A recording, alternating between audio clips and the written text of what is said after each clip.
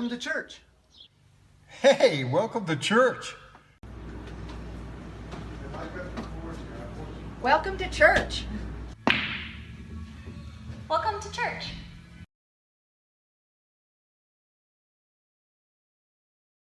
So the topic that we're going to talk about is go. And I want to start this off with asking you a question. Show of hands if you consider yourself a disciple. Okay, all of your hands should be risen up. Okay. If you don't know what a disciple is, I'm going to explain it to you. A disciple is a follower of Christ. Right, so for the youth back there, you should all be raising your hands. Okay? It's a follower of Christ. But I'm going to break it down into 4 main points to kind of really describe what it is for you, okay? The first thing that you need to have if you are going to be a disciple of Christ is you have to believe his doctrine, which basically means you need to believe his word. You have to believe the Bible. You have to know that it's the divine, written through men by God to you, and you got to believe that. And you got to believe all of it. You don't get to pick and choose. You have to believe all of it, okay? That's the first thing. The second thing is you have to rest in his sacrifice. Again, this basically just means know that Jesus died on the cross for you, accept that, know that we're not enough by ourselves and we need him, right? And we rest in that. We use the power in Jesus' name, all that kind of stuff. That's resting in his sacrifice, resting on the fact that Jesus died for you, okay? The third thing is absorb his spirit. That's literally what we just did in worship. We absorb his spirit. We do it through worship. We do it through prayer. We do it through reading our Bibles. We do it through body ministry, right? Soaking, all these different things. This one, I think the church is really, really good at. And by the church, I mean the church as a whole, not just this church. Okay, the church as a whole. I think that the church is really good at absorbing his spirit. We're really good at teaching others to do that. We're good at modeling worship. We talk about being in the Word all the time, and we have devotions out. Like, there's a devotion for everything. When I was a teenager, I had a devotion called Devotions for Girls in Sports. Okay? There's a devotion for every type of person. So we're really good at this one. But the fourth one is imitate his examples. And this is the one I'm going to talk about today. Because I think we do really well with this in certain aspects, and I think that we are failing in others. So, everybody knows what the Great Commission is? If you don't, we're going to talk about it. The Great Commission is basically a commandment or a command or that Jesus gave to his disciples, okay? Some background on this. Jesus had already been on the cross at this point. He died on the cross, he went into the tomb, he rose again, and he came back. It was when he was coming back that he gave this command to his disciples, right? This command is in Matthew, I believe, and it says, "All authority in heaven and on earth has been given to me. Therefore, go and make disciples of all nations, baptizing them in the name of the Father and the Son and the Holy Spirit, and teaching them to obey everything I have commanded to you, and surely I am with you always to the very end of the age." This is literally Jesus saying, go and make disciples of men, right? This is like the last thing he ever told them to do. It must be important. Like, he literally is like, go do this, peace, and leaves, right? I'll be back when I'm back. It's the last thing he said to do, and so it's so important. I think we talk about the Great Commission, or we know what it is, or we quote it all the time, but we don't really dissect it and really look at it as a whole. So we're going to do that. When there's a different version of this verse, and it literally says, go and make disciples, right? The first one is go. It implies action, that we have to actually go out and do that, right? There's verses that say, like, my people will perish for their lack of knowledge, right? And so it's our job as disciples to go out and give them that knowledge, okay? Because I always say, how will they know unless we go, right? How will they know unless we go? So my next question to you is, raise your hand if you consider yourself an evangelist. So much less. Everyone should be raising their hand. If you don't know what an evangelist is, that's the person that goes. And this is what we're going to talk about today, what it truly means to be an evangelist and how we can be better at this, okay? If you look up the definition of an evangelist, it basically means the person who goes and converts. But I don't like that definition. Because I think convert has a negative connotation to it. When people hear the word convert, they're like, what, you're just going to shove your religion down my throat? Yeah. Right? So I like to look at it as a different way. We were in healing rooms this last week, and one of the things we had to do was we had a list of names of God that we had to pick out, like what one stood out to us the most. And the one that stood out to me the most was enlightener. And I feel like that's what an evangelist does. They enlighten. Enlighten just means to give greater knowledge. So instead of thinking of an evangelist as somebody who goes out and converts, think of it as somebody who goes out and provides knowledge about Jesus to those who didn't have it. Right? Because we're not born with this knowledge. I mean, some of us grow up in it, but some of us don't. Somebody had to tell you that they have to tell you, they have to give you that knowledge. So I'm going to tell you guys a little bit about me and my life and why this is so close to my heart. I am a 5th generation pastor's daughter on one side, 4th on the other, correct? I was raised in this church, not just the Vineyard, but this very building. Pastor Harry and Lynita, it's funny that you guys are here today, because those were my pastors. Those were my parents' pastors. I grew up with Desi and Sabrina. I mean, Heather was my nanny, right? Michael was my first crush.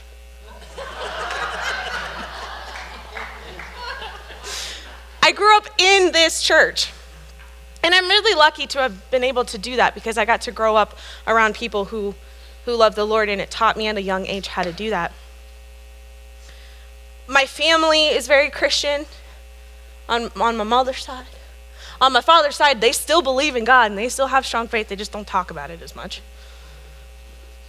A lot of my friends growing up were friends from Sunday school, friends from the church.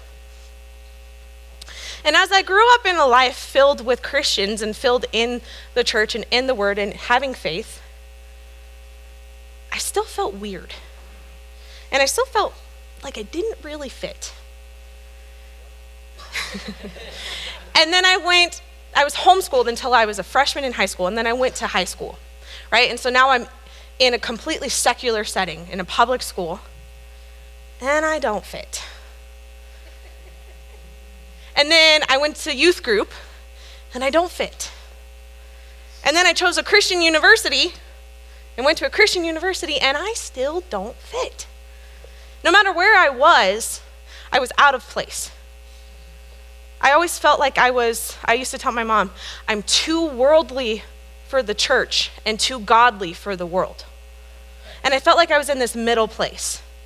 I'd go into the world and people would call me a prude and they'd call me naive and they told me that I walked around with a halo above my head because I wouldn't be doing the things that they were doing. I wouldn't be sleeping around and doing drugs and drinking and all these different things because that's not what we were supposed to do. And then I'd go into the church and I'm sassy and I'm blunt. And I've had Christian men tell me, you're never going to find a good godly husband unless you tone down your mouth. And I've had Christian men tell me that I'm too much of a free spirit for them to ever control. And I didn't fit. No matter where I was, I didn't fit. I was this in-between, right? And then I'm like, this doesn't make any sense. because I'm doing what God is asking me to do, so I should fit in the church, right? And I'm not judging the other people who don't believe, so I should fit in the world. But nothing I did mattered. I would never, ever, ever fit. I couldn't fit inside the box that the church had to be a woman of a meek and gentle spirit. Not me. It's not me. Right? Yeah. And I didn't fit inside the world because I didn't want to participate in the things that they had. Right? I would see that and I'd be like, that is not for me. Right? And then I got to the university that I was at. And it's a Christian university. And I chose that because I wanted a faith-based learning. I wanted to be able to go to church, and I wanted to be able to be taught science by Christians and not have to deal with all of the things of the world, right? And I got really involved in a certain aspect of ministry there. I got really close to the campus pastors. There was one class I took called Disciples That Make Disciples, which was really cool, which is where I'm pulling a lot of this stuff from. And that was taught by the campus pastors. And I started to become this unspoken pastor of the women in my life. I was the one who prayed over our softball team every practice and every game. I even had to pray over the entire university before we did a march for suicide prevention, which they sprung on me about 2 minutes before I had to do it. We had a couple teammates that died. I had to pray over that while I'm bawling my head off, right? So I kind of took on this role just because that's what I was raised with. But while I'm in the university, I'm looking around and I'm seeing all of these young girls and young guys. They're on a Christian campus and no one is talking to them. We have campus pastors that would go and we'd have FCA, which is Fellowship of Christian Athletes, and we'd play dodgeball with our campus pastors, but we never talked about verses. There's this one class called the Gospels, and I had roomed with a couple girls who knew who God was, but they were really just there for cheer and dance. And they were taking this class called the Gospels, and it was taught by a theologian, by one of our campus pastors. And when I saw their syllabus for this class, because I tested out of it, I didn't have to take it, but but I saw the syllabus, and it just puzzled me because the Bible wasn't on it. It wasn't one of the books that they reference on their syllabus. It wasn't a book that they had to buy. And about, I think it was 4 months in, they're writing their senior paper or their final paper for this class. So they've been with this professor for 4 months talking about the Gospels. And my roommate comes in late at night while I'm doing homework, and she was like, "Can I ask you a question? What is a gospel?" And I was like, "You've been in this class for 4 months. How do you not know what this is?" And she's like, "Well, we don't talk about it." And I'm like, oh my gosh. Right? Even the campus pastors, I feel like we're falling short. And I'm not trying to judge people, but it was just an observation that I was making. I had girls show up at my house at 6 a.m. after being drunk all night and doing God knows what and coming there crying their eyes out because they can't remember what they did. I'm holding women on my lap while they bawl their head off, saying that they're disgusting, that they're dirty, that they're not worth it, that I can't believe I did this. Maybe I should just go kill myself. I had a roommate who literally tried to kill herself. And no one was doing anything. Not even our coaches were doing anything. And I'm looking around at all these guys, and all these guys are talking to all these girls just like they are complete garbage. And no one is saying anything. You would be amazed if you go onto even a Christian campus how little self-worth they have. But I'm not supposed to hang out with them because they're sinners. and I'm supposed to flee the appearance of evil. And bad company corrupts good morals. So I don't want to be corrupt by the people I shouldn't be around. These are all the things that I remember thinking and all the things I learned. Right? I can't tell you how many times in my life I heard, flee the appearance of evil. That's my phone, Kent. Can you get it? Thank you. Right? And it just didn't sit right. So I saw the hearts break of all of the people around me. And so I threw out the rules. And I started hanging out with people that I wasn't supposed to hang out with. I still didn't do what they did. But the people in my small group didn't need my help. It was the people who didn't go to small group that needed my help. My mom always says I take in strays. Sitting next to her is a stray.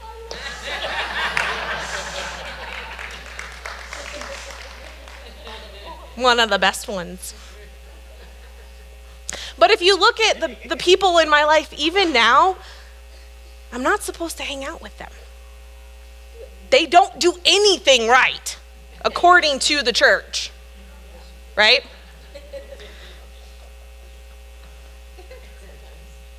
And the more I started hanging out with these people, the more heat I got from the church. People started calling me lukewarm. And I'm like, what are you talking about? I'm not doing what they're doing. I still have a one-on-one relationship with God. I'm still obeying what he's telling me to do. How am I lukewarm? Oh, well, you're hanging out with them. Okay. So, kind of like what Steve said, Jesus did. There's a verse in Mark 2:17. And I've known this verse pretty much my whole life. But when I was going through this, I read it in a different way, and it really impacted me. Some background on this. Jesus is having food. I don't know if it's dinner or lunch or whatever. He's eating food with people. And the Pharisees, who are the teachers, the leaders, the pastors, the priests, the community elders, right? They look at Jesus and they're like, what is he doing? Do you see who he's with? Why is he eating with them? Didn't you hear what they did? Those are sinners. That is a tax collector. You didn't want to be around tax collectors back then. That's like going to lunch with a prostitute. Right? It's like a Hell's Angel back then, okay? And the Pharisees are like, what is he doing? Well, Jesus hears this. And he turns to them and he says, the healthy don't need a doctor. I did not come to call the righteous, I came to call the sinners. And I've heard this verse my whole life. But I read this while I was studying this and I was like, oh my gosh. This is why I felt like I didn't fit. Because I was trying to be what I was supposed to be. But what I'm supposed to be is that one who goes out and hangs out with sinners, because that's what he was. And I'm supposed to imitate his examples. That's what it means to be a disciple. He didn't care how dirty they were. He went into their houses. He let them wash his feet with their hair. Even his disciples were like, don't let her do that. She's nasty. And he's like, are you kidding me? Right? It's not a coincidence that he chose fishermen and tax collectors, right? Because when you're around that and you're evangelizing to people who don't know, it gets messy. And fishermen don't mind getting messy. They are nasty, right? Tax collectors know what it's like not to be wanted and not to be accepted. He could have chosen anyone, but he didn't. He chose these.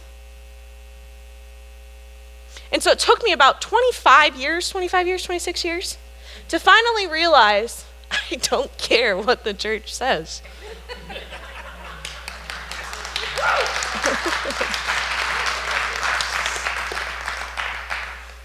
And it was really hard because, like I said, I was born in this church. And I'm surrounded by elders. Now, let me make something very clear. These elders did not tell me this. Okay? Pastor Harry and Lanita, Desi, Sabrina, my mom and dad, they never looked at me like, what are you doing? Okay? They didn't. It was other people. It was other family members. It was people in my schools. It was people who just knew me. Okay? I want to make it very clear. They're not the ones who said this. But I was still scared because other people were telling me this. So I'm like, oh my gosh, if I don't listen to what the church says, does that mean I'm not honoring my mother and father? No, it doesn't. Yeah. But I want to talk about our go as a church. Go for it. Go for it. Did you mean to make a pun? Dad jokes. Okay. When I asked how many of you were an evangelist, there was like maybe 10 of you. That's not okay.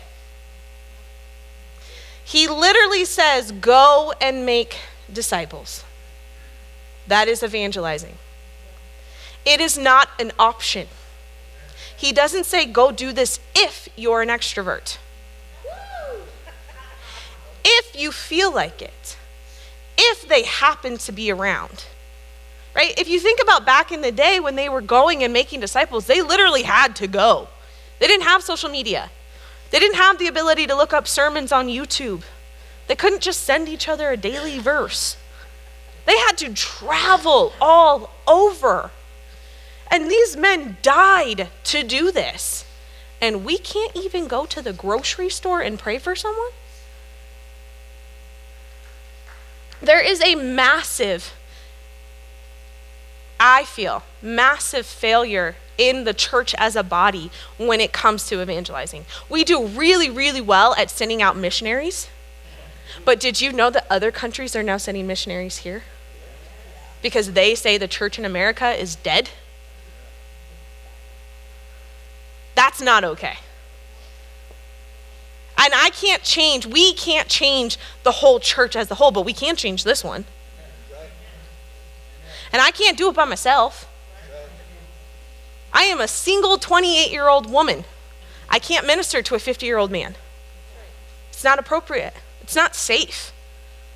I can't go where my dad can go, and I can't go where Chimmy can go, and he can't go where I can go. But we got to get more go. But I think the church has gotten so relaxed and so comfortable staying inside their little bubble, right? You guys will talk, when I say you guys, I mean all of us. We will talk to people once they get inside this building. And we'll pray for them when they get inside. And we'll do counseling and healing and once they're here. But what about when they're out there? I'm just going to use her as an example. She is here because I did what I wasn't supposed to do. Amen.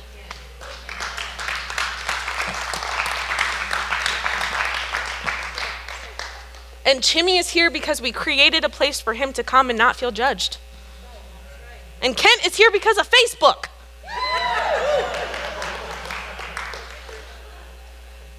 You got to get up and go. And I feel like we as a church, we get so complacent. There's that saying in Christianity, be in the world but not of it, right? Which is right. We don't need to be of the world. We don't need to be doing the things that they're doing. We need to be set apart, right? My life verse is Matthew 5:16, let your light shine before men so that they may see your good deeds and glorify your Father in heaven. That's what we need to be. We need to be the light. But light shines like the brightest in darkness. But I think we have that saying of be in the world and not of it. But I feel like Christians aren't even in it, we're on it. And there's a big difference. I feel like we're on the world. We stay in our bubbles and we live on the world, but we rarely go into it. I feel like God used this pandemic to make Christians go into the world. Their churches shut down, their small groups weren't allowed to happen, right? They had to go in the world, and it opened up the church's eyes to how much they need Jesus. It's a very, very harsh place out there right now.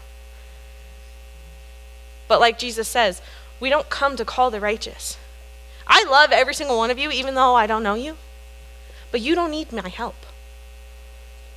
You guys got it. You guys are here. They do. I'm going to finish off by telling this one story. When I was in high school, I had a friend, my freshman year, we were in PE together. And in PE, my freshman year, I was in a wheelchair. And she used to push me around in gym all the time. She used to do the mile, pushing me in the wheelchair. And we kind of lost touch after my freshman year of high school. I didn't really see her. We were acquaintances. We saw each other in the hall, or if I saw each other at like the grocery store and the movies, we'd wave and whatnot, but we weren't really friends. Until about 4 years ago, I was going to a country music festival down in Phoenix. And there's this thing called Snapchat where it's kind of like you can upload live videos and all of your friends can see it. And so I saw her Snapchat video and that she was at the same country music festival. And so I hit her up and I was like, hey, like, where are you? I'd love to hang out. At this festival, there was tons of stuff to do, campsites, different things going on, right? And I only had a ticket for a day. But we met up, hadn't seen her in a long time. We met up and I ended up staying and hanging out with her for 3 days. I didn't have more tickets. I just kind of hung out. I slept in my car. Right? And about the third day, I realized that something about her wasn't quite what it used to be. This girl's gone through a lot of issues in her past, a lot of trauma in her past, a lot of heartache in her past, and I knew all of that because it's a small town. We went to school together. But something about her was completely different. And it wasn't until I found her in the trailer not responding that I realized that she was ODing. And it was probably the scariest thing in my entire life. I don't know what to do with that. I hadn't even seen the drugs that she was using before in my life. Like, I didn't even know. Like, I think I've seen pot, that's it. Like, I'm not well versed when it comes to this, so I had no idea what to do. And I finally got her awake, and I made her drink water, and it was just the scariest thing in my life. I leave the next day, and a couple days later, I get a phone call from her. I'm like, oh, good, you're alive. And we started talking and we started getting back connected, right? When some members of my family and some of my friends found out that I was getting back connected with her, they reamed me because that is not the person I'm supposed to be friends with. She is bad for me, right? Bad company, corrupts good morals. If I knew the things that she did or the things that her family did or all this different stuff. But I didn't care because every time I looked at her, all I saw was a hurting little girl.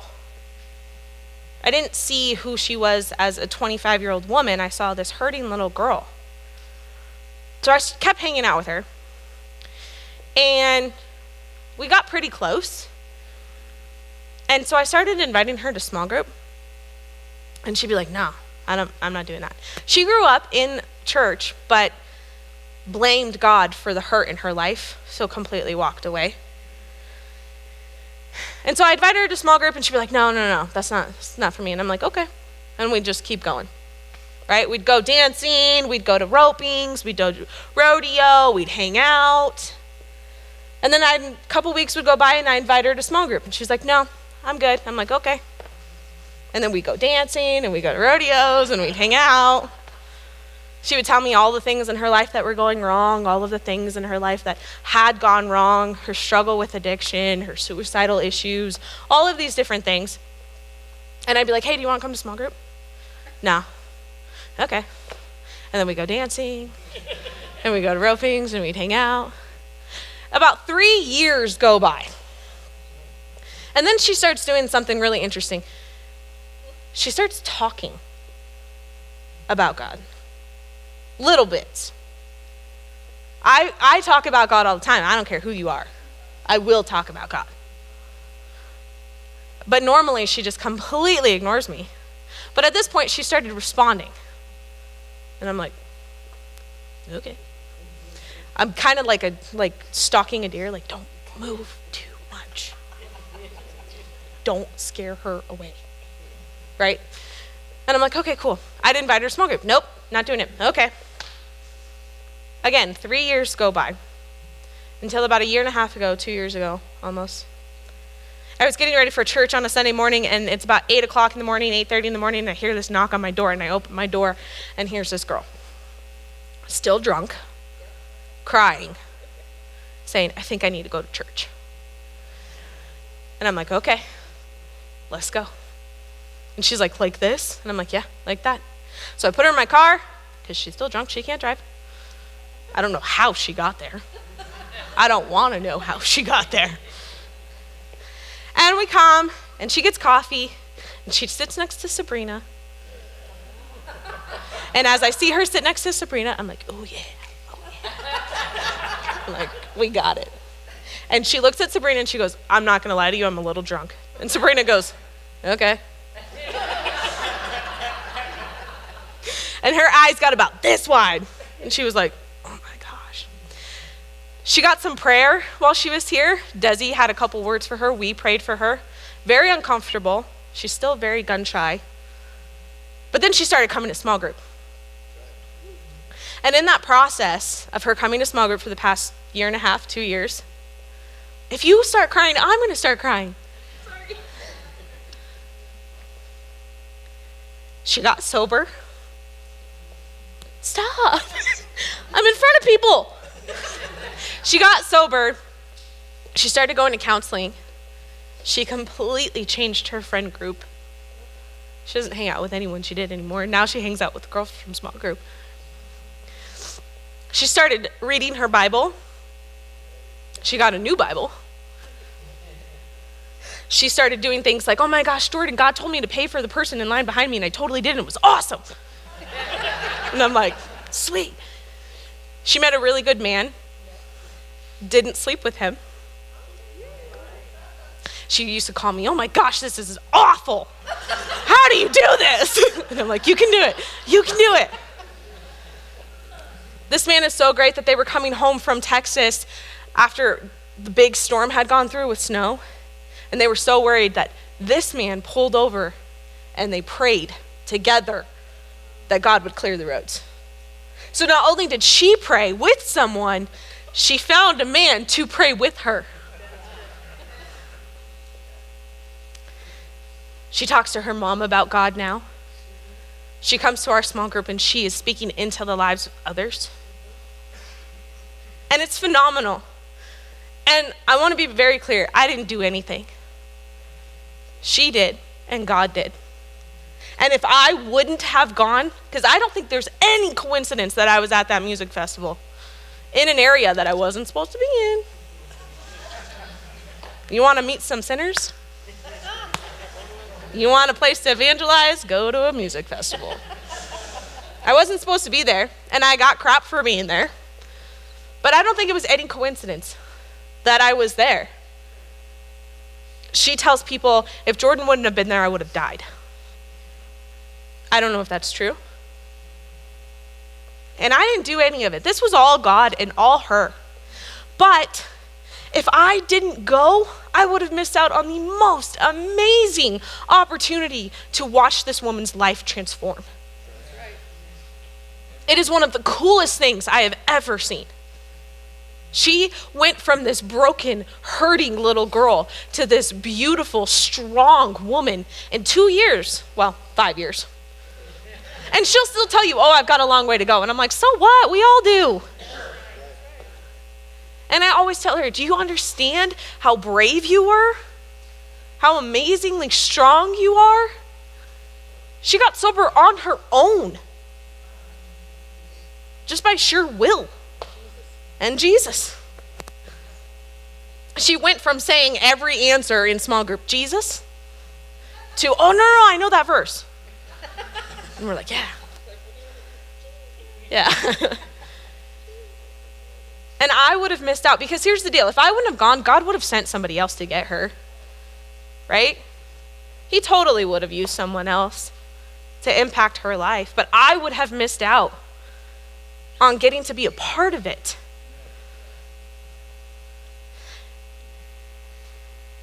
And that's kind of what I just want to end you guys with, and encourage you guys to get up off your butts and go. And if you don't know where to start, we can help you. Because, I mean, let's be honest, we're all gifted in different areas, right? I can't speak in tongues. I want to, but I can't yet. Right? Jessica's really good at prophetics. Me, not so much. Right? We all have different gifting and different blessings from God. But we all have every gifting and every blessing from God within us. And if you don't know where to start, that's okay. Just start with your neighbors.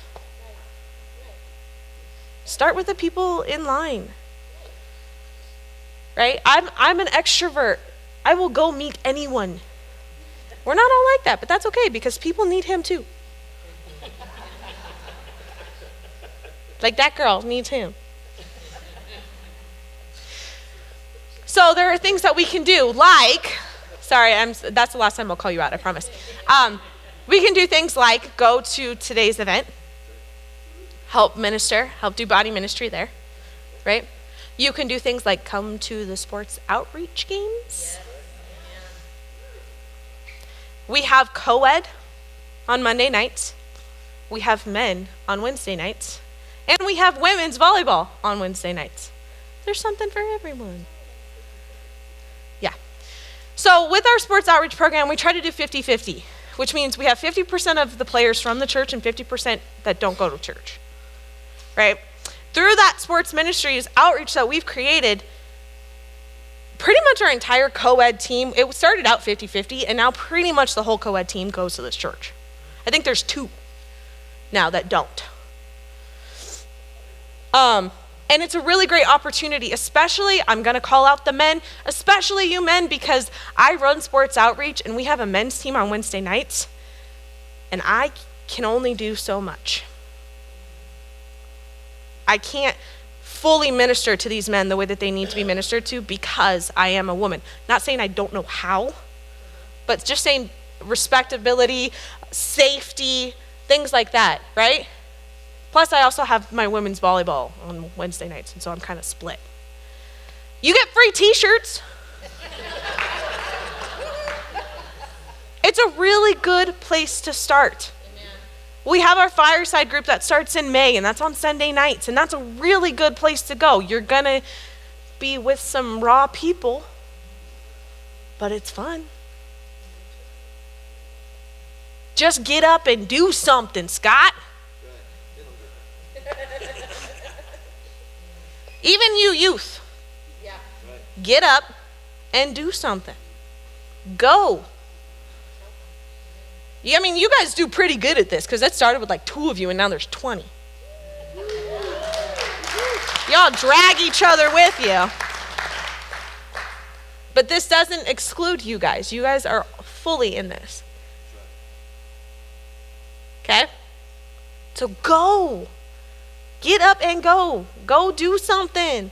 Go meet someone. Go pray for someone. And it doesn't matter if it takes 1 prayer session or if it takes 3 years.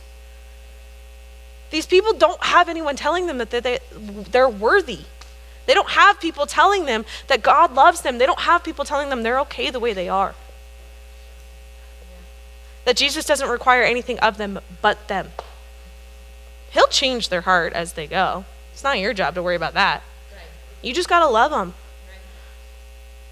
and encourage each other to go and get out of our box as Christians. Go imitate his examples. Okay, let's pray.